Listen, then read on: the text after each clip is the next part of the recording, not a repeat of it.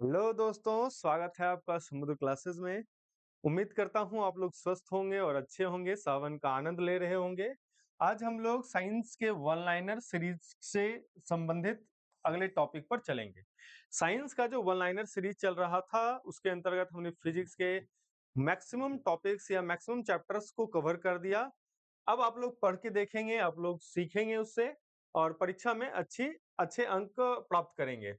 आज जो हम लोग स्टार्ट करने वाले हैं साइंस के वन लाइनर में, उसमें आज हम लोगों का जो विषय होगा वो है बायोलॉजी, जीव विज्ञान। बायोलॉजी को अध्ययन की सुविधा के लिए जब तोड़ा जाता है अलग-अलग डिवीजन में, तो उनको कहते हैं सब डिवीजन या उप विभाग कहते हैं। सब डिविजन्स कहते हैं या फिर उप विभाग कहते हैं। आज जीव विज्ञान का जो पहला चैप्टर होगा वो उस जीव विज्ञान के उप विभाग या फिर सब डिविजन्स ऑफ बायोलॉजी पर आधारित होगा। तो चलिए बिना देरी के हम लोग स्टार्ट करते हैं अपने सब डिविजन्स ऑफ बायोलॉजी को। आप लोग आते हैं, वीडियोस देखते हैं, सब्सक्राइब भी जरूर करते हैं। कुछ लोग सब्सक्राइब नहीं करते हैं, प्लीज सब्सक्राइब करके भी जाइए। तो चलिए आज का जो हमारा सबसे पहला पॉइंट है वो है study of geology deals with प्राणी विज्ञान का अध्ययन। प्राणी विज्ञान के अध्ययन को हम लोग क्या कहते हैं? तो जीवित और मृत। जीवित मतलब जो लाइव है, जो जीवित है, या फिर जो मृत जानवर है, उन पर जो अध्ययन होता है उन्हीं को हम लोग जूलॉजी कहते हैं। याद रखिएगा, जूलॉजी किससे संबंधित है? जीवित और मृत दोनों प्रकार के जानवरों से संबंधित है। देखिए बायोलॉजी है, तो बायोलॉजी के जो शब्द होते हैं थोड़े क्लिष्ट होते हैं या फिर कठिन होते हैं। इसको आराम से पढ़िएगा और इसके शब्द का उच्चारण जो है वो प्रॉपर तरीके से कीजिएगा, तो चीजें याद होंगी अच्छे से।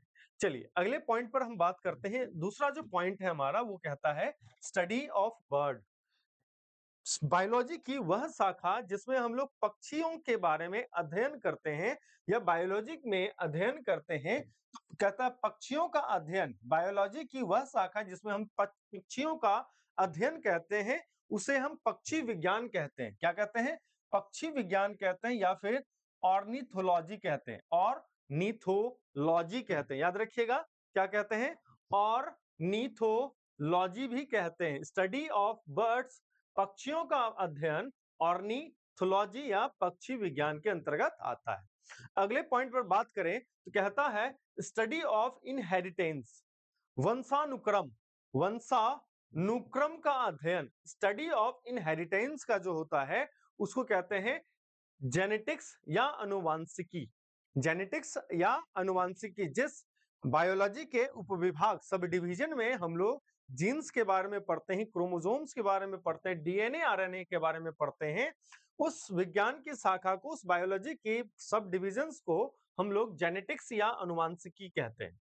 अगले पॉइंट पर हम बात करते हैं। जो अगला पॉइंट है कहता है स्टडी ऑफ इन्वायरमेंट, पर्यावरण। इन्वायरमेंट का अर्थ होता है पर्यावरण। तो कहता है स्टडी ऑफ इन्वायरमेंट मतलब पर्यावरण का जो अध्ययन होता है विज्ञान की किस शाखा में की जाती है, तो हम कहेंगे इकोलॉजी, जिसको कि हिंदी में पारिस्थितिकी भी कहते हैं। याद रखिएगा, इन्वायरमेंट जो पर्यावरण है उसका जो अध्ययन है, हम बायोलॉजी की जो शाखा है इकोलॉजी, याद रखिएगा क्या है बायोलॉजी की शाखा? इकोलॉजी, जिसको कि हिंदी में पारिस्थितिकी कहते हैं, उसके अंतर्गत हम पर्यावरण के बारे में अध्ययन करते हैं। अगले पॉइंट पर बात करते हैं तो कहता है स्टडी ऑफ प्लांट्स फॉसिल्स, पादप जीवाश्मों का अध्ययन। पादप जीवाश्म का अर्थ होता है जब कोई पादप जो है, जो कोई पौधा होता है, वो अगर काफी समय तक मिट्टी के अंदर दबी रहती है और वो सड़ती नहीं है और वो रूपांतरित हो जाती है या फिर वो एज इट इज रह जाती है, तो उसको फॉसिल्स कहते हैं, जीवाश्म कहते हैं, जीवों का अश्म, जीवों का अश्म कहते हैं। ठीक है, तो जीवाश्म का अध्ययन, जीवाश्म का अध्ययन हम विज्ञान की किस शाखा में करते हैं? तो याद रखिएगा पैलियो पैलियो बायोलॉजी में करते हैं या फिर इसी को हिंदी में कहते हैं पूरा जीव विज्ञान। पूरा जीव विज्ञान, पादप के जीवाश्मों का अध्ययन पूरा जीव विज्ञान के अंतर्गत करते हैं या फिर इसी को अंग्रेजी में कहते हैं पैलियो बायोलॉजी, पैलिया बायोलॉजी। ठीक है, अगले पॉइंट पर आते हैं। कहता है द स्टडी ऑफ फ्लावर्स, फूलों का अध्ययन। विज्ञान की वह शाखा या जीव विज्ञान की वह शाखा जिसके अंतर्गत हम फूलों पर अध्ययन करते हैं। फूलों के अध्ययन से संबंधित होता है उसको कहते हैं एंथोलॉजी। क्या कहते हैं? एंथोलॉजी कहते हैं, एंथोलॉजी कहा जाता है।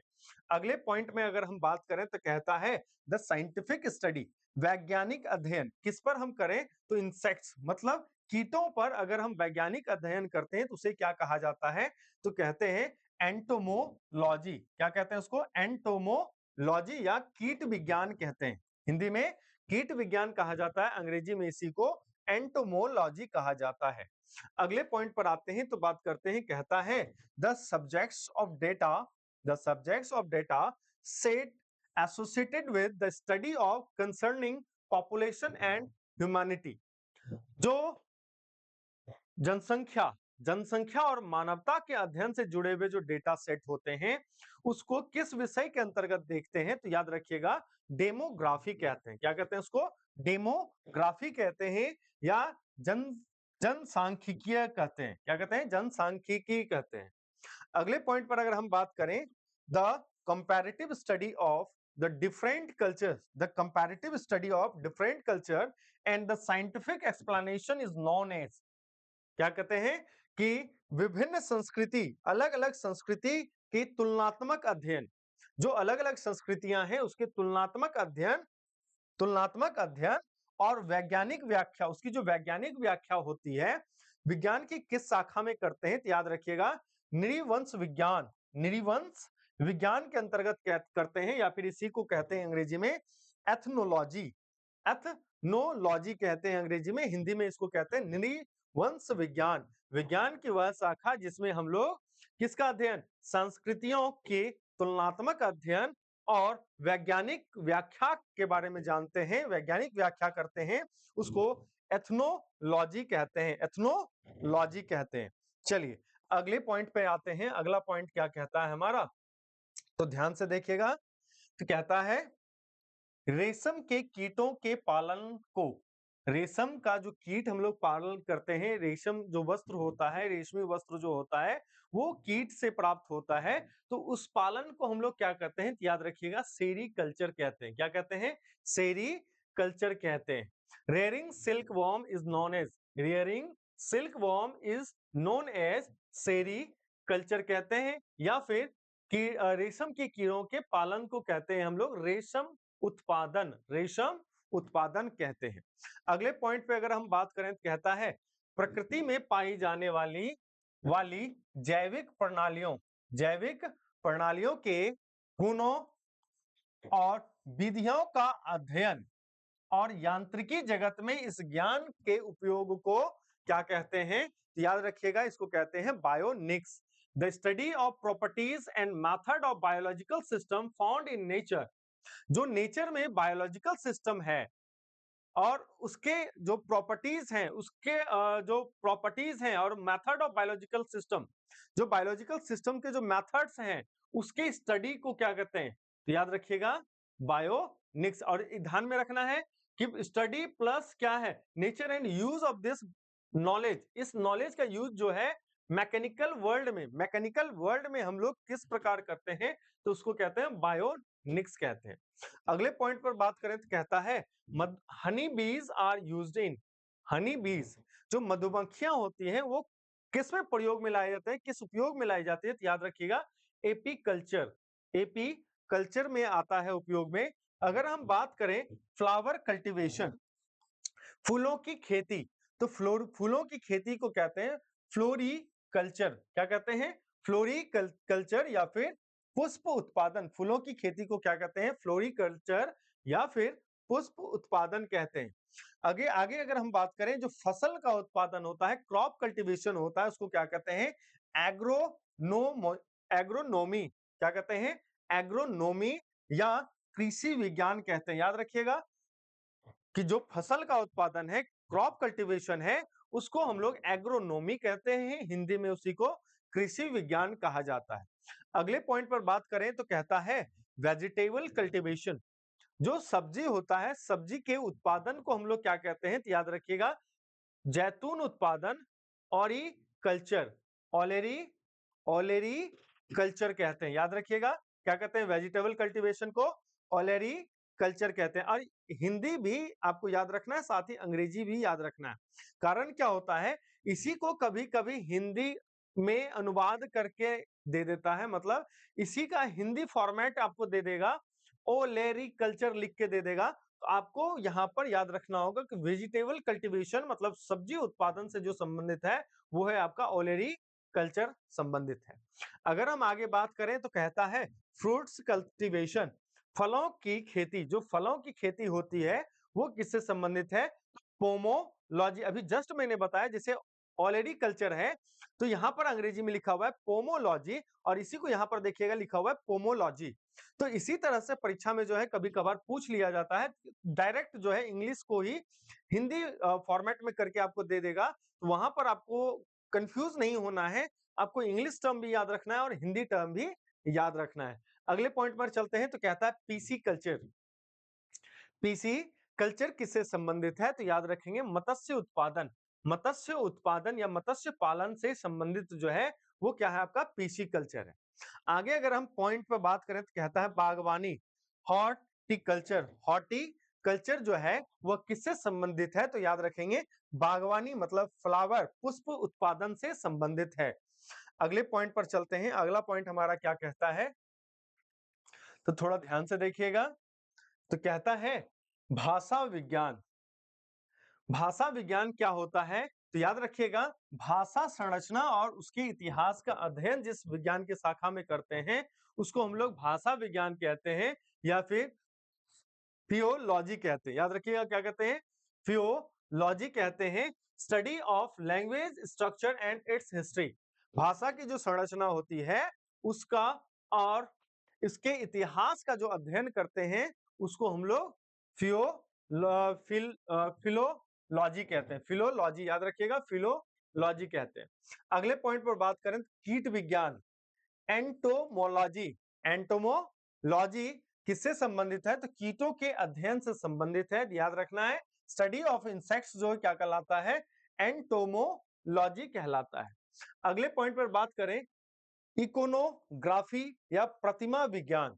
जिस जिस विज्ञान की शाखा में हम लोग प्रतिमा के बारे में पढ़ते हैं या मूर्ति कलाओं आदि का अध्ययन करते हैं, स्टडी ऑफ आइडल्स या आर्ट्स जो होते हैं उसको हम लोग क्या कहते हैं? इकोनोग्राफी। इकोनोग्राफी कहते हैं या फिर प्रतिमा विज्ञान कहते हैं।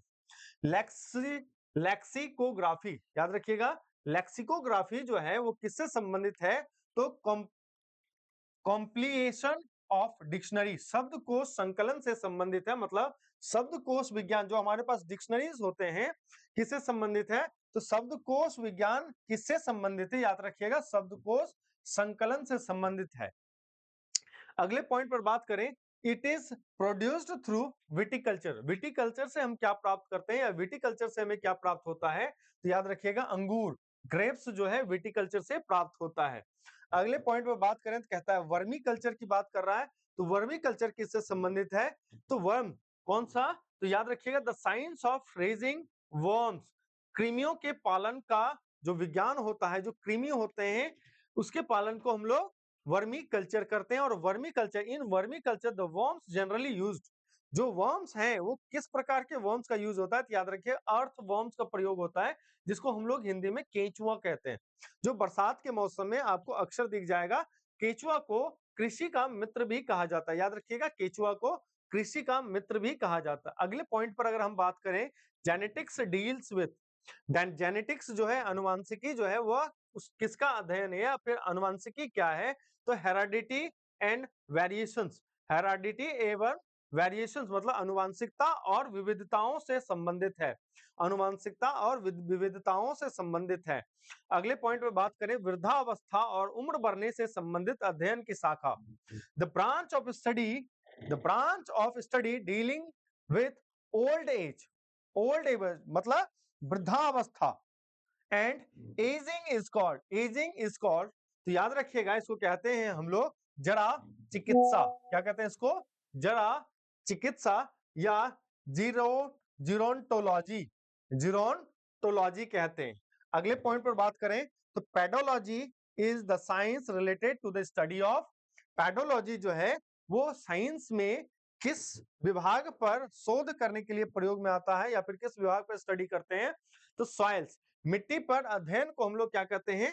पैडोलॉजी कहते हैं। अगले पॉइंट पर चलते हैं, जो आखिरी हमारा स्लाइड होगा, क्योंकि इसमें छोटे-छोटे स्लाइड्स को साथ करते चलेंगे ताकि इस पे प्रेशर ना पड़े अपने को। तो जो हमारा लास्ट स्लाइड है उसमें पहला है द स्टडी ऑफ बोन्स, हड्डियों का अध्ययन। हड्डियों का अध्ययन विज्ञान की किस शाखा के अंतर्गत किया जाता है? तो याद रखिएगा, अस्थि विज्ञान। अस्थि विज्ञान, या फिर इसको अंग्रेजी में क्या कहते हैं? ऑस्टियोलॉजी। ऑस्टियोलॉजी के अंतर्गत जो है अस्थियों के बारे में अध्ययन करते हैं, हड्डियों के बारे में अध्ययन करते हैं। The study of snakes is known as the study of snakes. Snakes की स्टडी, जो सांपों की स्टडी, जो सांपों का अध्ययन है, विज्ञान की किस शाखा में होती है? सर्पेंटोलॉजी। याद रखिएगा, सर्पेंटोलॉजी या सर्प विज्ञान उसको कहते हैं। अगले पॉइंट पर बात करें, among the physiology, psychology, pathology and bacteriology. अब इसमें कौन-कौन से नाम हैं? शरीर विज्ञान, मनोविज्ञान, फिजियोलॉजी को शरीर विज्ञान, साइकोलॉजी को मनोविज्ञान, पैथोलॉजी को विकृति विज्ञान एंड बैक्टीरियोलॉजी को कहते हैं जीवाणु विज्ञान। तो याद रखेंगे टर्म्स को। तो इनमें से कौन सा ऑड है? तो इनमें से जो ऑड है वो है आपका साइकोलॉजी। क्या ऑड है? तो साइकोलॉजी जो है वो ऑड है। याद रखिएगा, फिजियोलॉजी जो है वो फिर बॉडी के फिजिकल जो संरचना है उसके बारे में स्टडी करते हैं, शरीर के बारे में स्टडी करते हैं। साइकोलॉजी आपका जो, हाँ, साइकोलॉजी को अभी रहने देते हैं। पैथोलॉजी जो है विकृत विज्ञान है, बैक्टीरिया के बारे में बैक्टीरियोलॉजी, लेकिन मन के बारे में, जो दिमाग के बारे में जो अध्ययन होता है वो मनोविज्ञान के अंतर्गत होता है। अगले पॉइंट पर बात करें, हाइड्रोपोनिक्स। हाइड्रोपोनिक्स क्या है? तो बिना सॉइल के, बिना मिट्टी के पौधे का उगाना, पौधे को उगाना क्या कहलाता है? हाइड्रोपोनिक्स कहलाता है। उम्मीद करता हूं जो बायोलॉजी के टर्म्स हैं, जो पॉइंट्स हैं, आपको अच्छे से याद हो जाएंगे। नोट्स बनाते चलेंगे साथ साथ। तब तक इस वीडियो को अच्छे से देखिए, लाइक कीजिए, शेयर कीजिए एंड जो भी आपके मित्रगण हैं उनसे सब्सक्राइब जरूर कराएं ताकि उनको भी लाभ प्राप्त हो। या फिर आपको अगर अच्छा लगे तो कमेंट भी कर सकते हैं हमारे वीडियो पे। जय हिंद, जय भारत।